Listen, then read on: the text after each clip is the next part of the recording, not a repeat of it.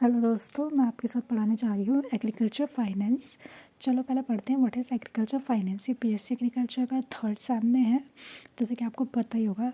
तो agriculture finance basically क्या है, ये हमारे study examining analysing the finance pertaining to form a farm business which is a core sector of India. ठीक है, इसमें बेसिकली यही है कि हमें एग्रीकल्चर के बारे में पढ़ना है, उसको स्टडी करना है, उसको एनालाइज करना है, उसके बारे में सब कुछ जानना है।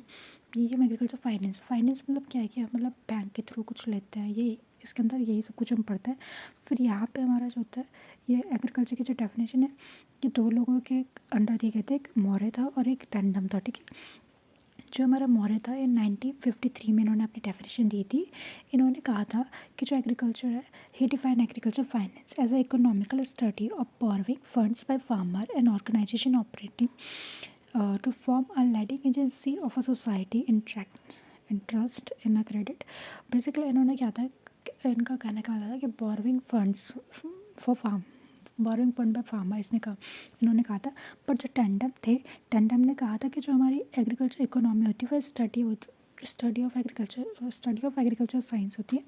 और यहाँ पे जो हमारा होता है, मतलब ये ब्रांच ऑफ एग्रीकल्चर साइंस है। बट इन्होंने कहा था कि ये इंडिविजुअल फॉर्म ऑफ यूनिट, मतलब इन्होंने कहा था कि इसमें सिर्फ हम सिंगल पर्सन के बारे में स्टडी करते हैं। मतलब जैसे कि अब मैं हूँ कि मैं कितना कमा रही हूँ, ये सब कुछ इसमें आता है। ठीक है, और बट मौर्य ने कहा था कि ऐसा होल होता है, मतलब सबके बारे में जानना, मतलब एज अ कंट्री के फार्मर्स के बारे में जानना, ऐसा मौर्य ने कहा था। बट टैंडम ने कहा था इंडिविजुअल यूनिट होती है। इंडिविजुअल यूनिट मतलब सिर्फ, मतलब जैसे मेरा कितना हो रहा है मेरे अंडर। ठीक है, अब नेचर एंड स्कोप में पढ़ते हैं। पहला हमने पढ़ा माइक्रो फाइनेंस एंड सेकेंड होता है हमारा फर्स्ट मैक्रो एंड देन हमारा माइक्रो होता है। ठीक है, माइक्रो फाइनेंस क्या होता है? माइक्रो फाइनेंस तो मैं समझो कि जैसे ये हमारा इसमें हमारा क्या होता है, ये एज अ होल होता है।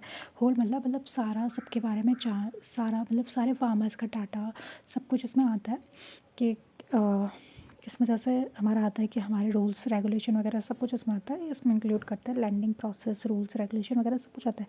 बट यहाँ पे एज अ होल आता है, मतलब सारे फार्मर्स के बारे में आप पढ़ते हैं हम माइक्रो लेवल पे। माइक्रो फाइनेंस सारे फार्मर्स के बारे में पढ़ते हैं मैक्रो में भाई।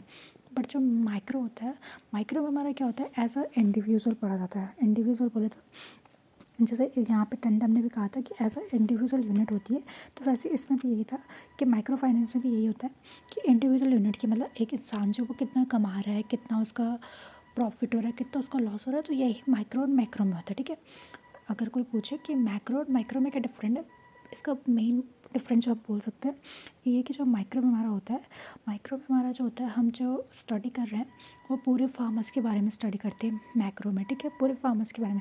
बट जो माइक्रो में होता है वो इंडिविजुअल किसी एक फार्मर सिंगल पर्सन के बारे में स्टडी करता है। तो ये दोनों में डिफरेंस है, ज़्यादा कोई डिफरेंस नहीं है इनमें, मतलब यही डिफरेंस है इनका मेन डिफरेंस। ठीक है, अब हम पढ़ते हैं सिग्निफिकेंट ऑफ एग्रीकल्चर फाइनेंस। इसका सिग्निफिकेंस क्या है कि हम क्यों इसको पढ़ रहे हैं, इसका इंपॉर्टेंस क्या है, ये हम देखते हैं। ठीक है, सिग्निफिकेंस ऑफ एग्रीकल्चर फाइनेंस यही है। पहला तो ये है कि it play important vital and significant important role agro science economical development of a country at a macro level. पहले तो ये इसका बहुत इंपॉर्टेंट रोल है हमारे एग्रीकल्चर में for developing at a micro and macro level, दोनों लेवल पे हमारा इसका बहुत ज़्यादा इंपॉर्टेंट है।